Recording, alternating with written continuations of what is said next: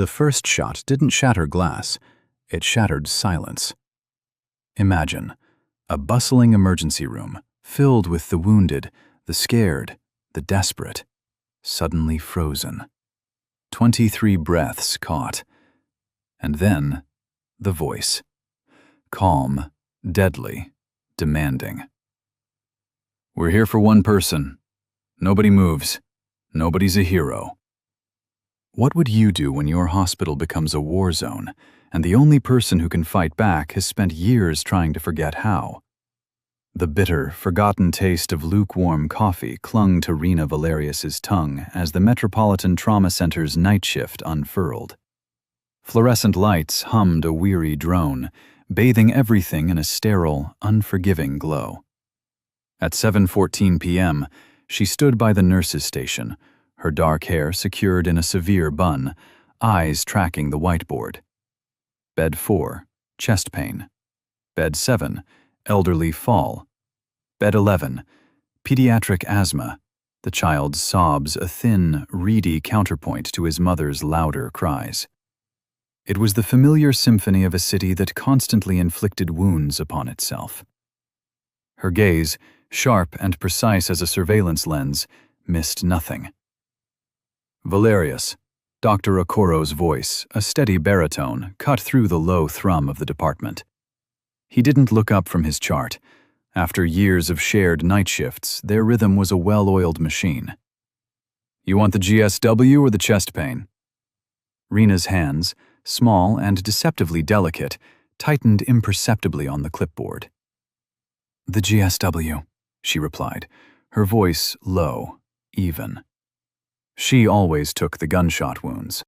Kira, a junior nurse 2 years into her career, paused, syringe poised over an IV bag.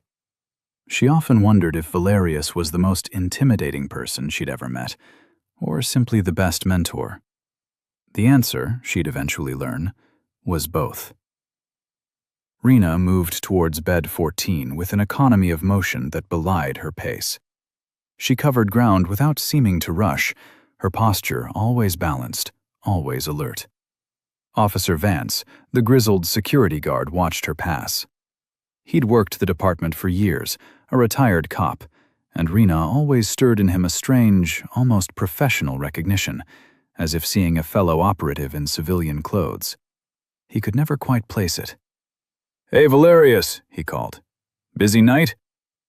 She offered a slight shake of her head. "Not yet." She said it every shift. He would later wonder if she'd known, even then. Inside bed 14, a young man named Terrell gripped the sheets, battling tears. The bullet had passed through his thigh. No major arteries, but the shock was palpable. Rina's gloved hands moved with impossible precision, cleaning, dressing the wound. "Am I going to lose my leg?" he whispered, his voice thin. "Not even close," she assured him, her tone calm, unwavering. "You'll be sore, and you'll crutch through spring semester, but you'll walk out of here." She paused, pointing to a textbook peeking from his backpack. "Urban education policy. Good field. The city needs teachers." His eyes welled up, not from pain, but from being seen. Rina finished her work, documented, and moved on. The deal she'd made with herself 6 years ago, when she'd left the Coastline Guard, was absolute. The past stayed buried. The Coastal Security Response Team, the breaching charges, the drug submarines, the call sign she'd earned and interred, all locked away. Some nights the box rattled. Tonight, it would shatter. But for now, she was just a night nurse, refilling her terrible coffee, keeping people alive in a city that tried its best to break them. The call shattered the calm at 11:38 p.m. "EMS Priority 1, single gunshot wound to chest, male, 28, vitals crashing, ETA 4 minutes. 4 minutes. An eternity when life drained away. Rina was already moving, trauma bay door pulled open, barking a supply list to Kira, whose quiet efficiency grew sharper under Rina's command. Dr. Okoro emerged from the lounge, his movements a practiced ballet of urgent focus. He met Rina's gaze. No words were needed. The ambulance doors crashed open at 11:42 p.m. Elias Thorne, drowning in his own blood, was wheeled in. The bullet had punctured his lung. As Rina worked an IV line, his hand, surprisingly strong, shot out and seized her wrist. His eyes, wide and bloodshot, held no fear of death, but of something far worse. "They're coming for me," he gurgled, blood bubbling with each word. "You need to clear this floor." Rina had heard desperate patients before, seen men in shock babble about angels and demons. But something in Elias's voice, a chilling specificity, not "they're after me," but "they're coming for me." Not "help me," but "clear this floor," triggered an alarm bell in a part of her brain that hadn't been active in years. She saw it then, the same look she'd seen in every informant she'd ever extracted from a compromised vessel. A man who knew his hunters and what would happen when they arrived. "Who's coming?" she asked, her voice low, calm. Was it the triage of a nurse or the intel gathering of an operator? "Doesn't matter. They'll kill everyone in here to get to me." His grip tightened. "Please." Then his eyes rolled back, vitals plummeted. It was no more time for questions. The chest tube needed to go in. Now. Rina's small, precise hands moved with the speed and certainty of someone who had performed this procedure in conditions far worse than any trauma center. 12 minutes later, Elias Thorne was stabilized enough for surgery, wheeled towards the third-floor operating rooms. Rina watched the elevator doors close, an icy crawl spreading up the back of her neck. She scanned the ER, 23 patients, 14 staff, 2 main exits, emergency corridors. She was counting angles, choke points, escape routes. "Stop it," she ordered herself. "You're a nurse. This is a hospital." But the thought offered little comfort. At 11:54 p.m., 4 men walked through the emergency department's front entrance. They wore ordinary clothes, jackets despite the humid night, and moved with a smooth, unhurried precision. 2 split off to the ambulance bay. The others fanned out, taking positions at the main exits. Their faces were flat, expressionless, like men simply at work. Rina saw them first. Of course she did. 8 years had taught her to read the body language of armed men on hostile vessels. This language she understood perfectly. Tactical positioning, concealed carry, controlled entry. Her body reacted before her mind caught up, posture shifting from open to coiled, ready. The lead man, mid-40s, dark hair, military bearing, made eye contact with Officer Vance. He shook his head slowly, meaningfully. Vance reached for his radio. Before his thumb found the transmit button, the second man was behind him. The taser discharged with a sound like tearing silk, a sharp thwip in the sudden silence. Officer Vance, 30 years as a cop, hit the linoleum like a sack of sand. The emergency department doors slammed into lockdown, not from within, but from without. Someone had sealed them in. The lead man drew a suppressed Shadow 9 pistol, professional hardware. His voice, accented but precise, cut through the suffocating silence. "Nobody moves. Nobody's a hero. We're here for one person. Give us Elias Thorne. Everyone else walks out." 23 patients, 14 staff, 4 gunmen. And in the back of the ER, Rina Valerius felt a box she'd kept sealed for 6 years crack open, spilling its contents into her bloodstream like a potent, long-forbidden drug. She wasn't afraid. That was the most terrifying part of all.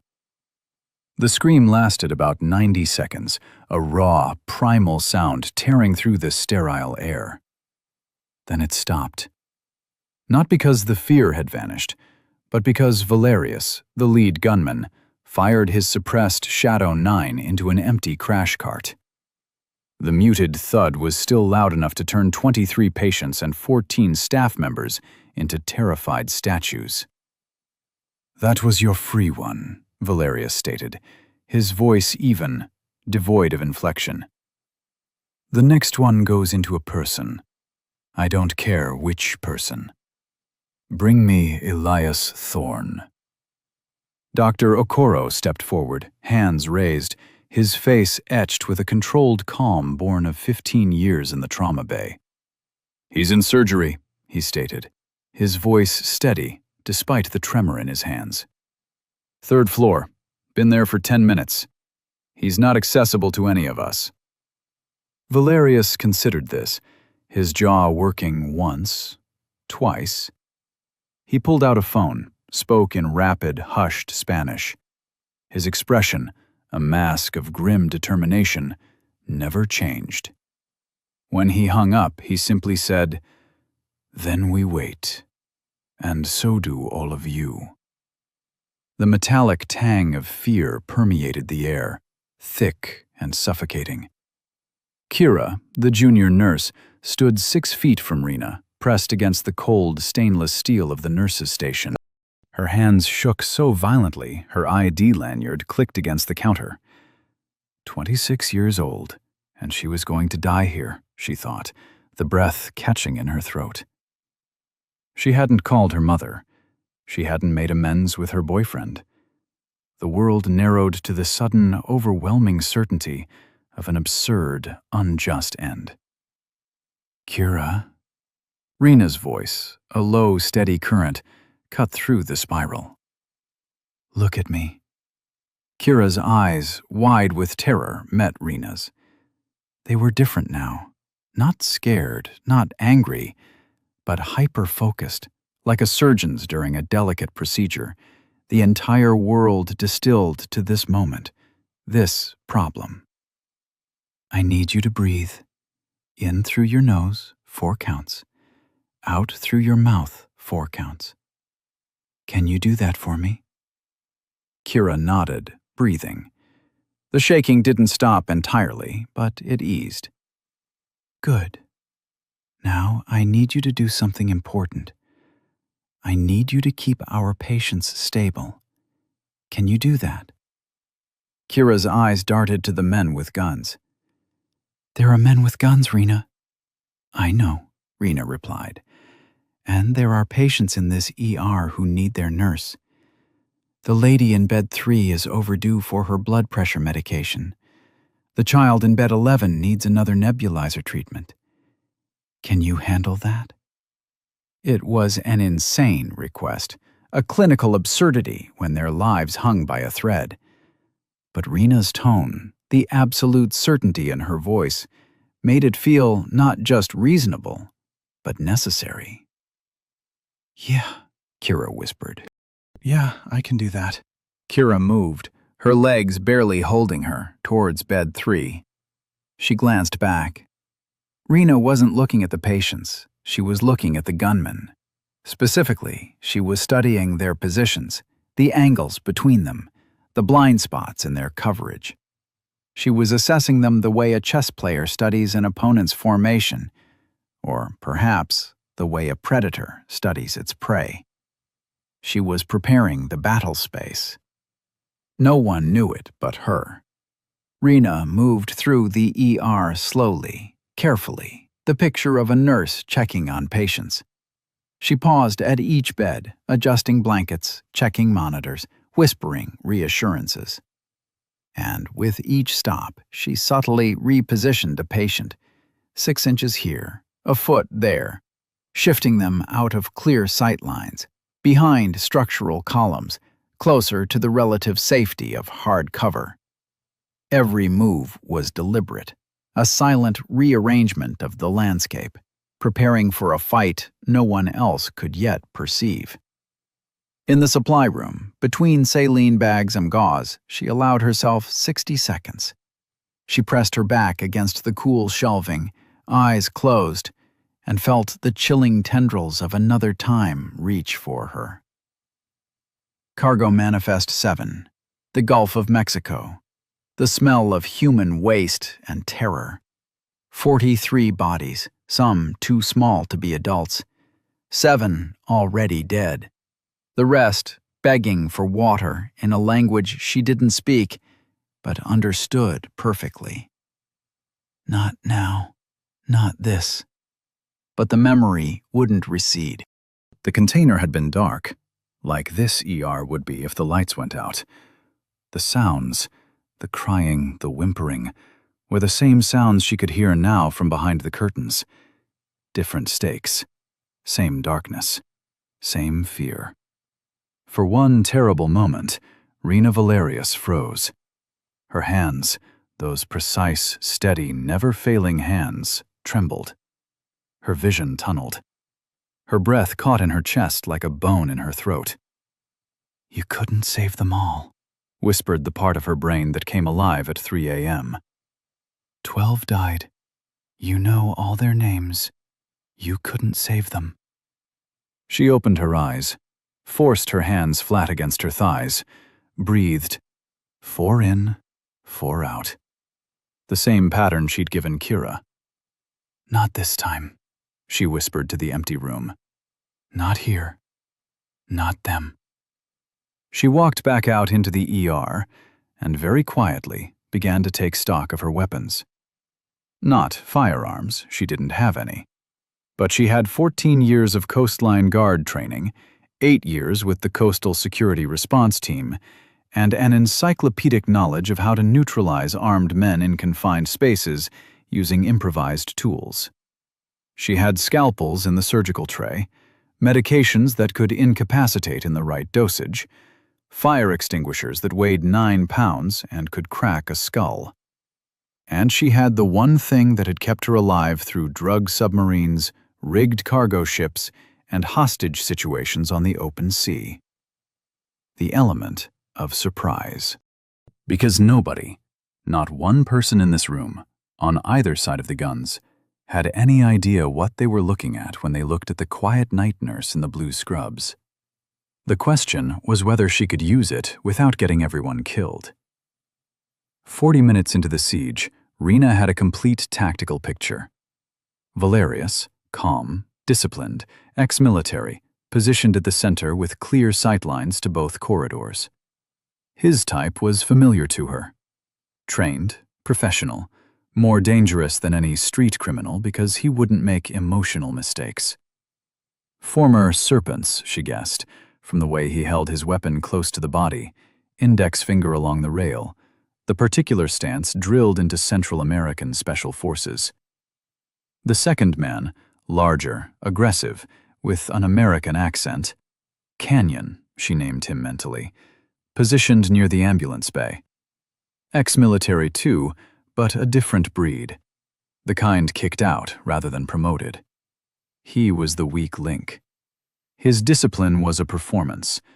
Underneath he was volatile, pacing, checking his phone, needing the bathroom. The other two, whom she inwardly called Ghost and Wraith from their quiet obedience, held the remaining exits. 4 men, 1 leader, 1 wild card, 2 followers. She had trained for this, not metaphorically, but literally. CSRT's primary mission was exactly this: close quarters combat in confined spaces against armed hostiles with civilians present. She'd done it on cargo ships, drug submarines, container vessels where one wrong move could detonate an IED and kill everyone aboard. This was a hospital. The geometry was different, but the principle was the same. Only she was alone.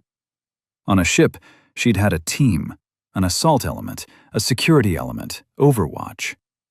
Here, she had Kira's shaking hands, Dr. Okoro's steady voice, and Officer Vance, just now regaining consciousness on the floor near the ambulance bay, his hand moving instinctively toward a radio that wasn't there.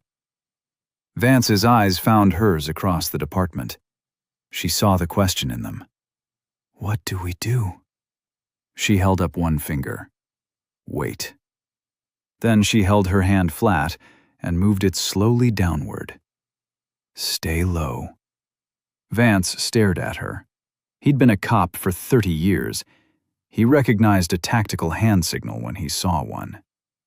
And in that moment, the strange sense of professional recognition he'd always felt about Rina Valerius clicked into focus, like a rifle scope finding its target. He stayed low.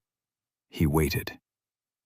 Rina returned to Dr. Okoro, who was treating a patient whose blood pressure medication was dangerously overdue. She leaned close, pretending to check a chart. "Dr. Okoro, when I tell you, I need you to get everyone behind the nurse's station. The counter is solid. It'll stop around." Okoro's hands didn't stop working. His face didn't change, but his eyes, intelligent, experienced, having seen everything twice, locked onto hers with an intensity that said he understood exactly what she was proposing. "What are you going to do?" he whispered. "My other job." A silence. "Then how long?" he pressed. "Give me 4 minutes." He looked at her for a long moment. He saw the scar through her left eyebrow, the one she told him came from a stupid kitchen accident. He saw the way she held herself, coiled, ready, alive in a way that had nothing to do with nursing and everything to do with something he was only now beginning to comprehend. "Rina," he murmured, "who are you?" She almost smiled. Almost. "Ask me again in 4 minutes." Valerius, the leader, shifted, his jaw tightening.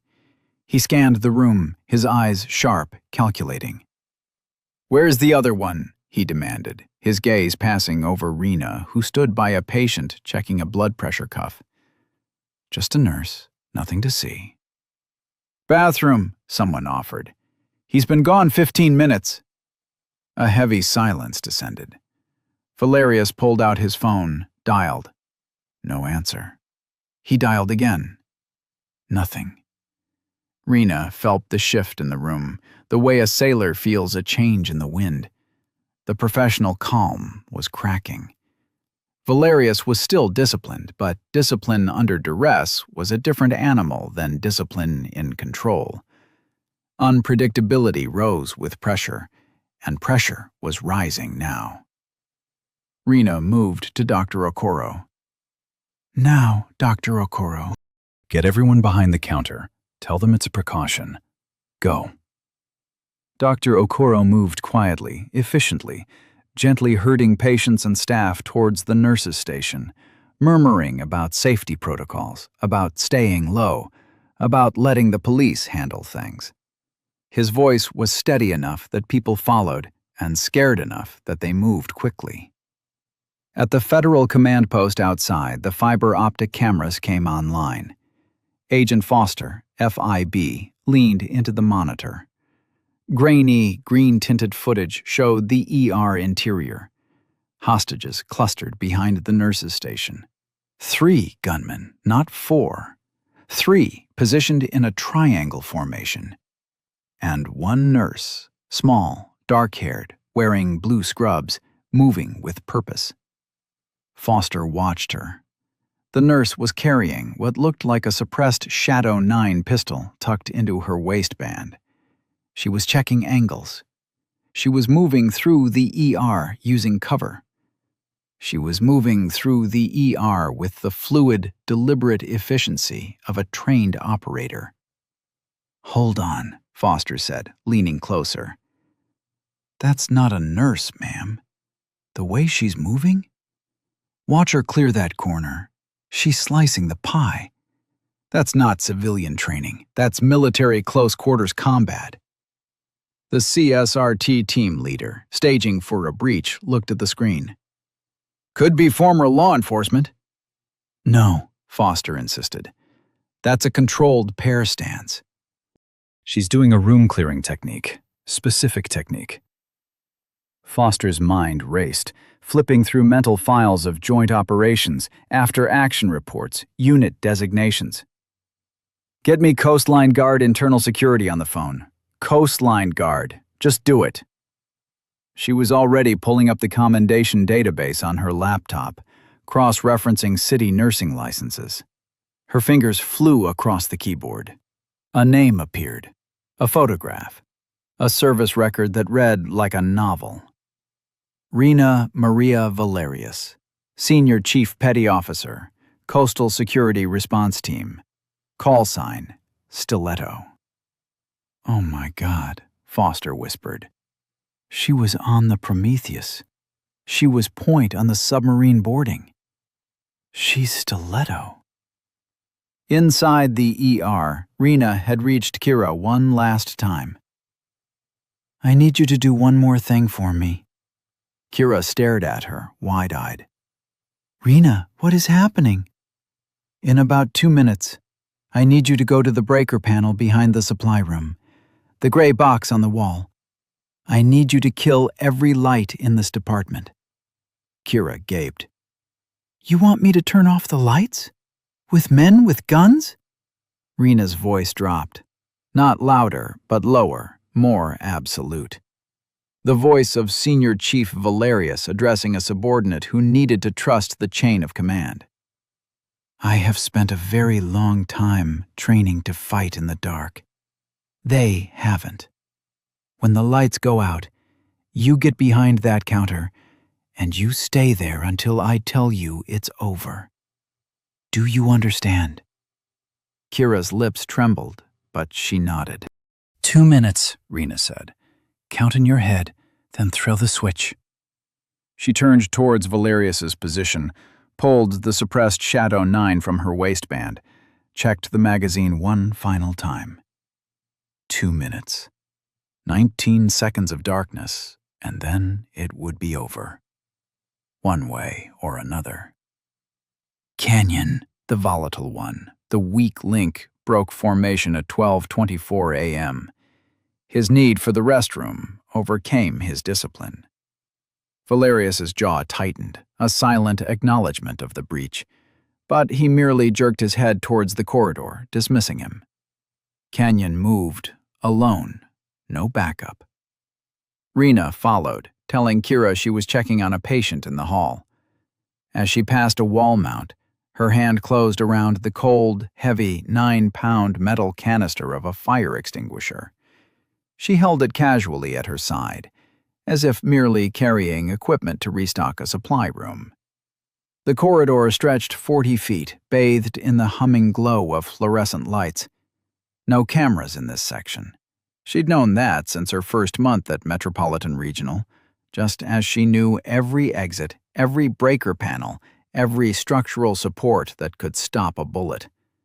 She told herself she cataloged these things out of habit. She had been lying. She had cataloged them because part of her had always known this day was coming. Canyon was at the bathroom door when Rina turned the corner. He saw her, a nurse, small, 5'4", hands that looked too delicate for the fire extinguisher she carried. Get back to, he began, but the words died in his throat. Rina closed the distance in 3 steps, the fire extinguisher connected with his gun hand first, a sickening thunk that shattered 2 metacarpal bones and sent the suppressed Shadow 9 skittering across the polished floor. Then, with his temple, the second strike was precise, calibrated, delivering exactly enough force to produce unconsciousness without causing a skull fracture. It was the kind of controlled violence that took years to learn and seconds to execute. Canyon folded like a chair. 14 seconds, start to finish. Rina stood over him, breathing normally, her heart rate elevated but controlled. She picked up the Shadow 9, checked the chamber, confirmed the suppressor was secure, then tucked it into her waistband beneath her scrub top. She dragged Canyon into the nearby supply closet, zip-tied his wrists with an improvised tourniquet, effective enough, and closed the door. When she walked back into the ER, she carried a fresh box of saline bags. "Supply closet was a mess," she told Kira, her voice level. "I need you to lock it and don't open it until the authorities arrive." Kira frowned. "Why?" "Just trust me." Something in Rina's voice, ancient and absolute, the voice of a senior chief petty officer who had commanded men and women in life-or-death operations for a decade, made Kira lock the door without another question. 3 gunmen left, 1 suppressed pistol acquired.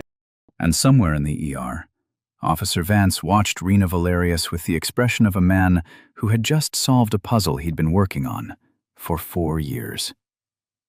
Outside, the sprawling, neon-scarred heart of the concrete jungle was waking up to a nightmare.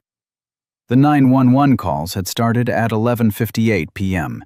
A nurse who'd managed to text from behind a curtain, a patient's family member who'd seen the lockdown from the parking lot. By 12:15 a.m., Metropolitan PD had the building surrounded. By 12:30, the Federal Investigation Bureau, FIB, was on site.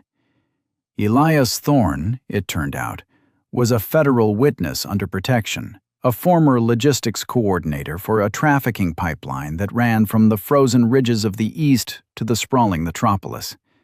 The same pipeline that had generated the Cargo Manifest 7 interdiction in 2019. The same organization that had lost $47 million and 23 operatives because of a coastline guard team. Special Agent Camille Foster, FIB, stood in the mobile command post and felt her stomach clench. "The witness is in surgery on the 3rd floor," her team leader said. "He's secured, but the ER has 37 civilians and 4 gunmen." "The shadows," Foster stated, recognizing the crew, the cartel's cleanup team. Professional, disciplined, ruthless. "We're staging HRT for breach, but the sight lines are bad. Any tactical entry will result in civilian casualties." Foster stared at the building's schematic, trying to find an angle that didn't exist. She'd spent 3 years protecting Elias Thorne. She was not going to lose him, or 37 innocent people, because some cartel cleaner wanted to tie up loose ends. "Get me fiber optic cameras through the ventilation system," she ordered. "I want eyes inside that ER before we send anyone through those doors." Inside the ER, Rina was running out of time. Valerius had noticed Canyon was gone. His expression didn't change. The man's face was a mask, but his movements became sharper, tighter. He spoke quietly to Ghost and Wraith at the exits. Their hands moved closer to their weapons. "Where's the other one?" Valerius demanded, scanning the department. His eyes found Rina, passed over her. She was just a nurse, standing by a patient, checking a blood pressure cuff. Nothing to see. "Bathroom," someone offered. "He's been gone 15 minutes. Silence. Valerius's jaw worked. He pulled out his phone and dialed. No answer. He dialed again.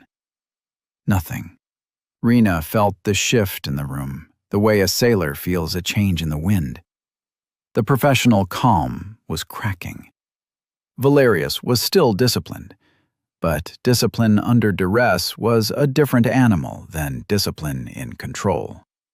Unpredictability rose with pressure, and pressure was rising now. Rina moved to Dr. Okoro. "Now, Dr. Okoro, get everyone behind the counter. Tell them it's a precaution.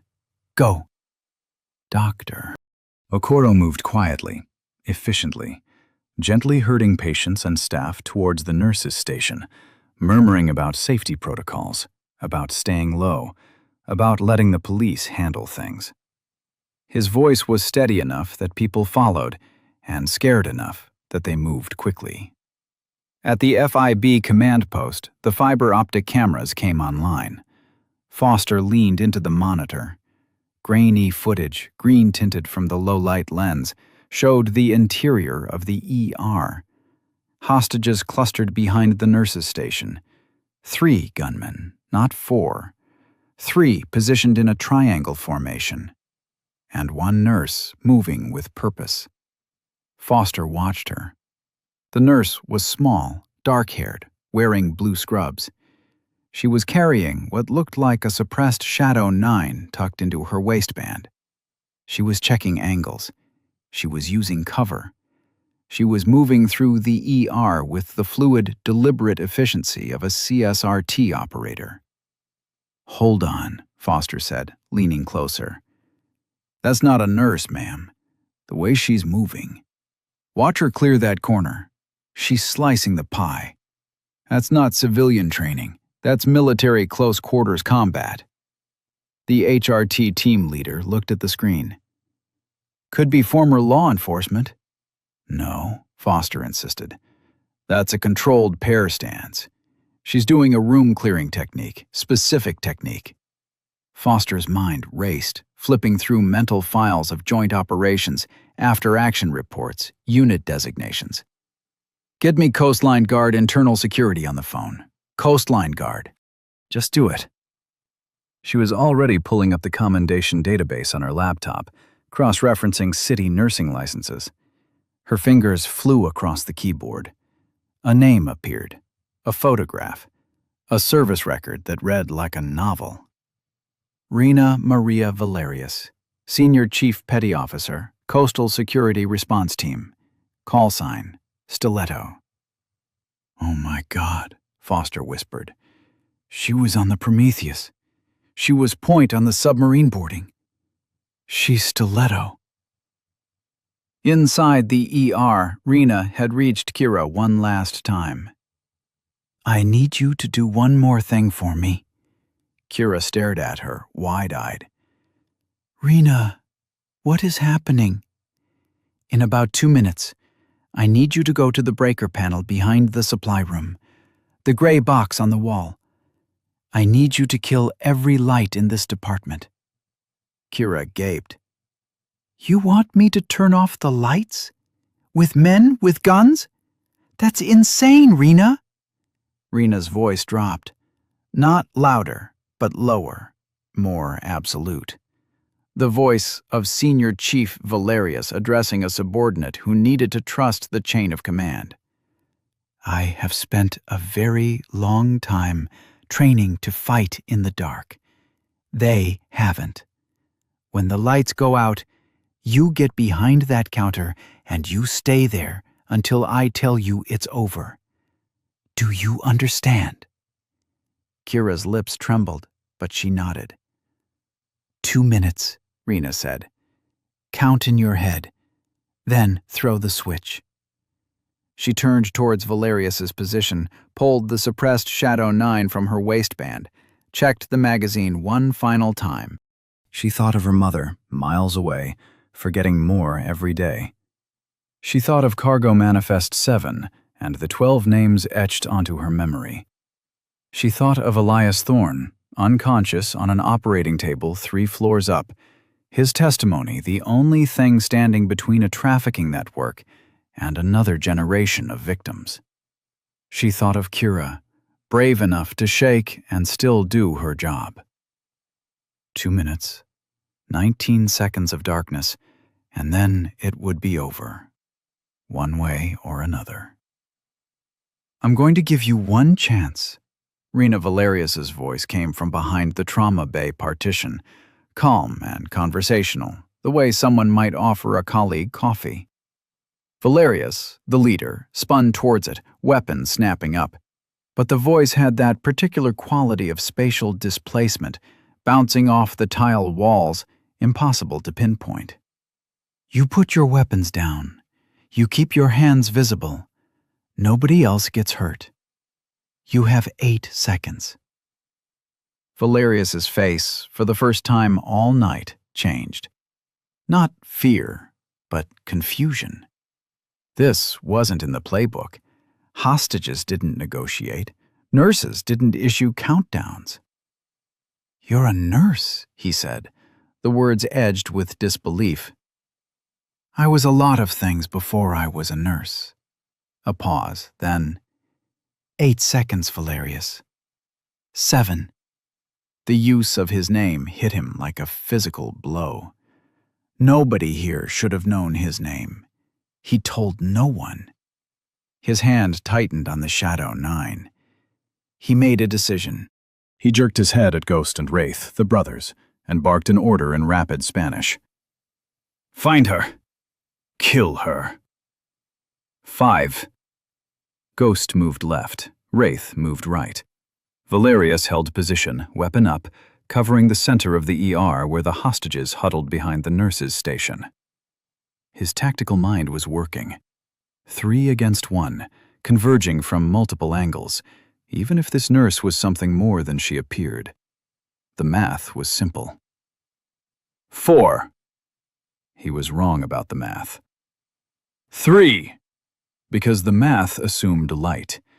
In a corner of the ER, Kira, 26 years old, 3 months on night shift, shaking so hard her teeth hurt, reached the breaker panel. She threw the switch. The emergency department went black. Not dim, not dark. Black. The kind of absolute darkness that exists inside cargo ships at 2 a.m. in the middle of the Gulf of Mexico, where the smugglers cut the power before you breach, and you learn to navigate by sound and touch, and the particular spatial memory that Coastal Security Response Team drills into its operators over thousands of hours of zero-light training. The screaming started immediately. Patients, staff, the primal human response to sudden darkness in a place of violence. But the screaming served Rina's purpose perfectly. Because screaming is noise, and noise is cover. She moved. Ghost was at the eastern door.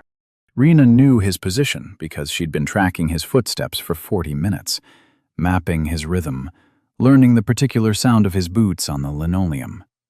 She came in from his left, the blind side, even in light, and the engagement lasted 4 seconds. A controlled strike to the weapon hand, a knee to the thigh to drop his stance, and a precise chokehold that put him under without a sound louder than the scuffle of feet on tile. His weapon was in her hand before his body hit the ground. Wraith heard his brother fall. He fired. 2 rounds, suppressed but not silent in the enclosed space. Both rounds hit a supply cabinet 3 feet from where Rina had been half a second earlier. She'd moved the moment Ghost went down. Lateral displacement, the basic survival technique that kept you alive when someone shot at your last known position. She didn't fire back. Not yet. Wraith was between her and the hostages, and a suppressed round could still punch through a body and into a civilian.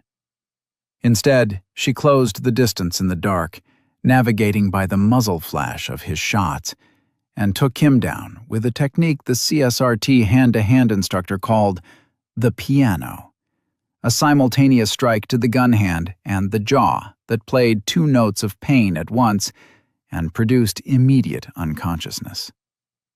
6 seconds. 2 down. Valerius was alone. He knew it. She could hear it in his breathing, the particular rhythm of a trained operator who understood that the math had changed.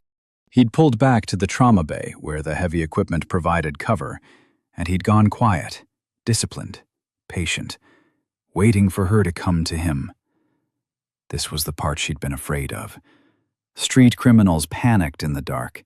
They fired wildly, exposed themselves, made mistakes. But Valerius was former Serpent Commandos, Central American Special Forces, jungle warfare specialists, men who trained in conditions that would break most soldiers. He wouldn't panic. He would wait. He would listen. And when she came through that door, he would be ready. She came through anyway. The trauma bay was 10 by 12 feet. She knew every square inch, every rolling table, every IV pole, every corner of every piece of equipment. She'd worked in this room for 4 years. It was hers. She sliced the pie at the doorframe, the technique Agent Foster was watching on the fiber optic feed. The technique that had identified her as CSRT, exposing 1 degree of angle at a time, clearing the room in increments, never exposing more of her body than necessary. Valerius was good. He'd positioned himself behind the crash cart, using its bulk as cover, his weapon at high ready. When she entered, he fired a disciplined double tap that missed her by the width of a scrub top, because she'd anticipated his position based on the only logical cover point in the room. She returned fire once. The round hit the crash cart. Not a miss, a deliberate shot to show him she knew exactly where he was. Then she was on him. The hand-to-hand engagement lasted 11 seconds. It felt like 11 minutes. Valerius was taller, heavier, and his Serpent Commando training surfaced like a second skin. Close-quarters grappling techniques designed for jungle warfare, brutal and efficient. He caught her arm, twisted. She felt something in her forearm tear, not bone, but close, and the pain was a white flash that threatened to lock her joints. She didn't let it. She used his grip against him, a redirection technique that CSRT borrowed from other elite combat units, using an opponent's force as a lever, and drove her elbow into the nerve cluster below his ear. He staggered. She followed with a knee strike that buckled his stance. He came back, a punch that caught her ribs and cracked one. She felt it separate, the particular grinding sensation of fractured bone that she remembered from the Prometheus breach in 2017. She absorbed it, used the momentum of his follow-through to sweep his legs. He went down. She went with him, on the ground, in the dark, in a hospital trauma bay that smelled like antiseptic and blood and the metallic tang of expended rounds. Rina Valerius, call sign Stiletto, Senior Chief Petty Officer, Coastal Security Response Team, applied a rear-naked choke with the precision of someone who'd practiced it 10,000 times and had used it for real more often than she wanted to remember. Valerius fought it hard. His hands clawed at her forearm, opening the gash that would need 17 stitches. But the choke was locked. The blood flow to his brain was interrupted, and in the darkness, Rina counted. 5 seconds. 6. 7. Until his body went limp, his hands fell, and his breathing continued. But his consciousness didn't. She held the choke for 2 more seconds, not out of anger, but out of certainty. Then she let go, and she sat on the floor of the trauma bay, her back against the wall, her ribs screaming, her forearm bleeding onto the linoleum, and she waited for the lights to come back on. 19 seconds, start to finish. When the ER flooded with fluorescent light again, the scene was this. 3 gunmen incapacitated in the main department, 1 unconscious in a supply closet. No hostage casualties, no civilian injuries, and a trauma nurse sitting against a wall in Trauma Bay 1, still holding a suppressed Shadow 9, bleeding quietly onto her own scrub pants. Dr. Okoro was the first to find her. He approached slowly, the way you approach someone who has just done something impossible. Rina. She looked up at him. There was no mask anymore, no quiet night nurse, no careful separation between past and present, no locked box in the back of her mind. Just a woman who had done what she was trained to do in a place she'd never expected to do it, for people she'd sworn to protect. "I'm going to need sutures," she said. Her voice was steady. Her hands, for the first time in 6 years, were shaking. "And somebody should check on the patient in the supply closet. I didn't have time to be gentle." The lights came back on. The silence now was even heavier than the darkness. When the ER flooded with fluorescent light again, after those 19 seconds of absolute black. The scene was this. 3 gunmen incapacitated in the main department, 1 unconscious in a supply closet. No hostage casualties, no civilian injuries. And a trauma nurse, Rina Valerius, sitting against a wall in Trauma Bay 1, still clutching a suppressed Shadow 9, bleeding quietly onto her own scrub pants. What does it take for a person to navigate such darkness, both literal and metaphorical, and emerge victorious? What unseen reserves of strength lie within us, waiting for the moment they are desperately needed?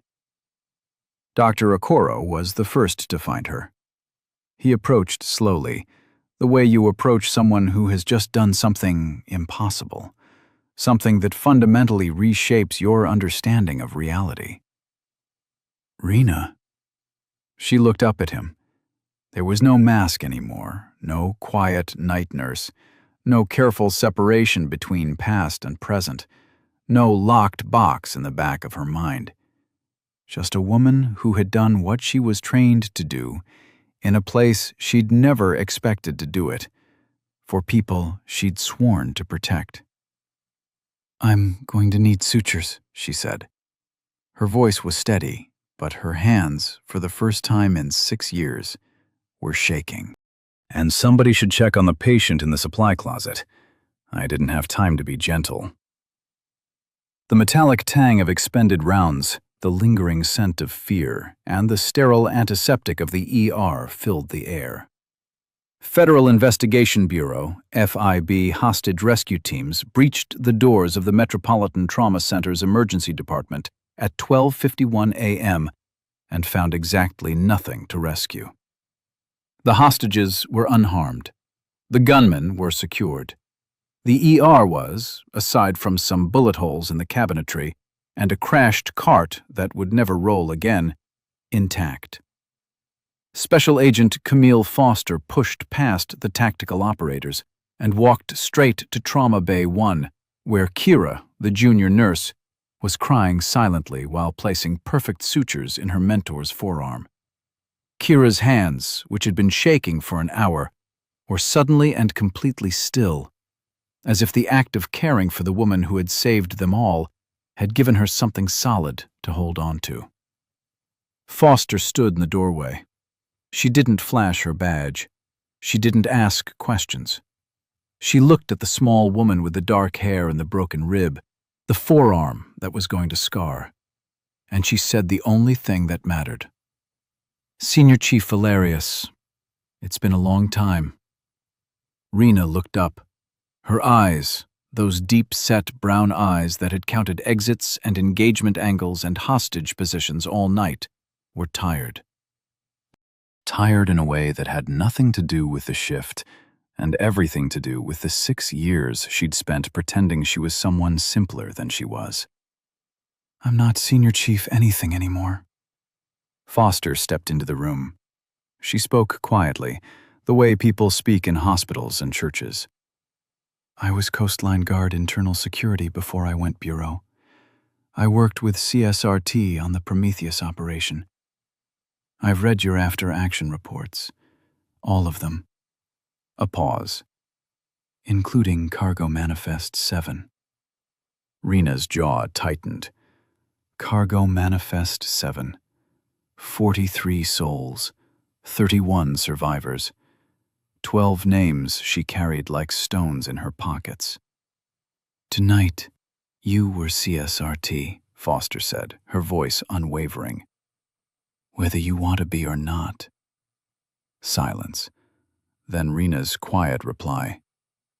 "Tonight, I was a nurse who ran out of better options." Foster didn't argue. She didn't need to. They both knew the truth. And the truth didn't require agreement to be real. In the ER, the aftermath was quiet in the way that only the aftermath of violence can be. Metropolitan PD took statements. Paramedics treated the gunmen's injuries because this was a hospital, and even the people who had threatened to kill everyone in it were still patients once they were unconscious.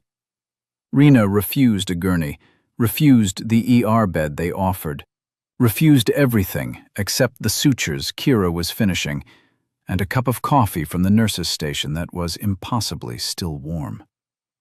The staff looked at her differently now, not with suspicion or awe, but with accuracy.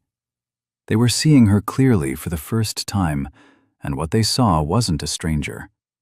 It was the same woman they'd always known, with an additional dimension they hadn't been able to perceive until tonight made it visible. Dr. Okoro sat next to her in the break room while she waited to give her statement to the FIB. He didn't ask her to explain. He didn't ask her to justify.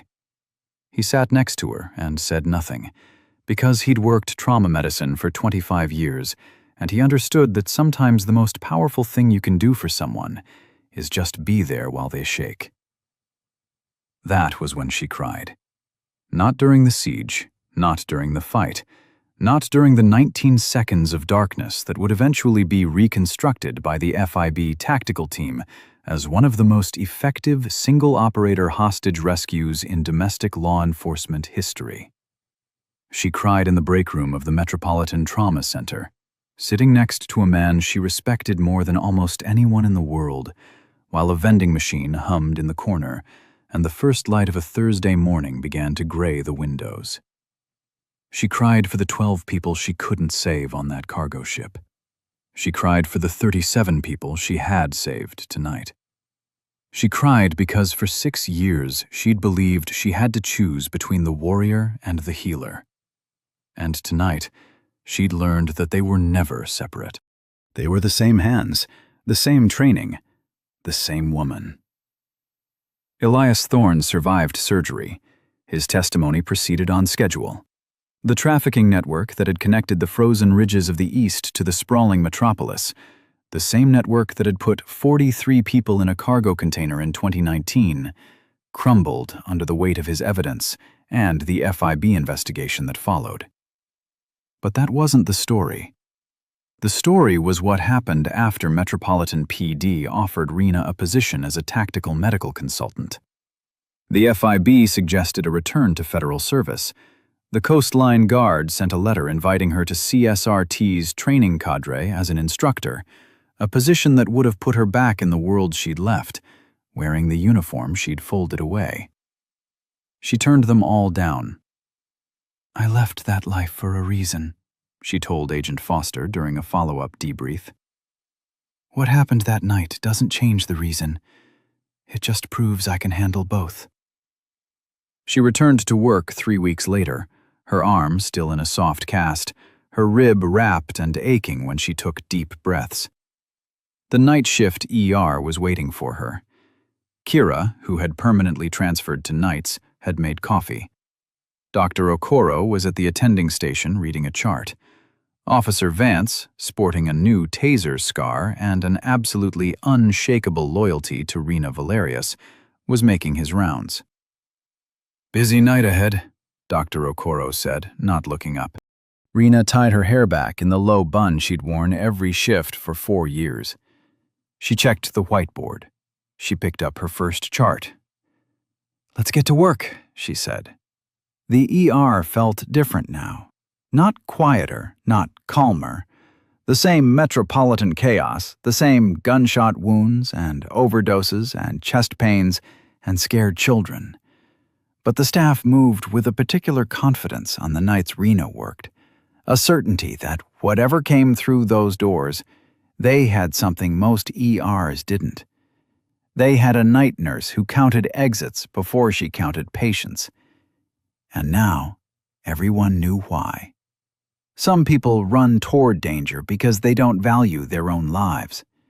Others run toward it because they value other lives more than their own safety. Rina Valerius wasn't fearless that night in the Metropolitan Trauma Center. She was terrified of the dark, of the memories it carried, of the possibility that she'd lost a step in 6 years, of the near certainty that someone she'd sworn to protect might get hurt because of her choices. She was terrified, and she acted anyway. Because when the shooting started, there was never a choice. They were only people who needed her.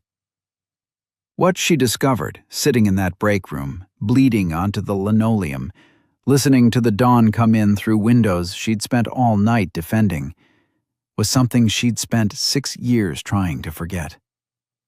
The best version of herself wasn't the warrior or the healer. It was both. It had always been both. The hands that could save a life and the hands that could end a threat were the same hands. They'd always been the same hands.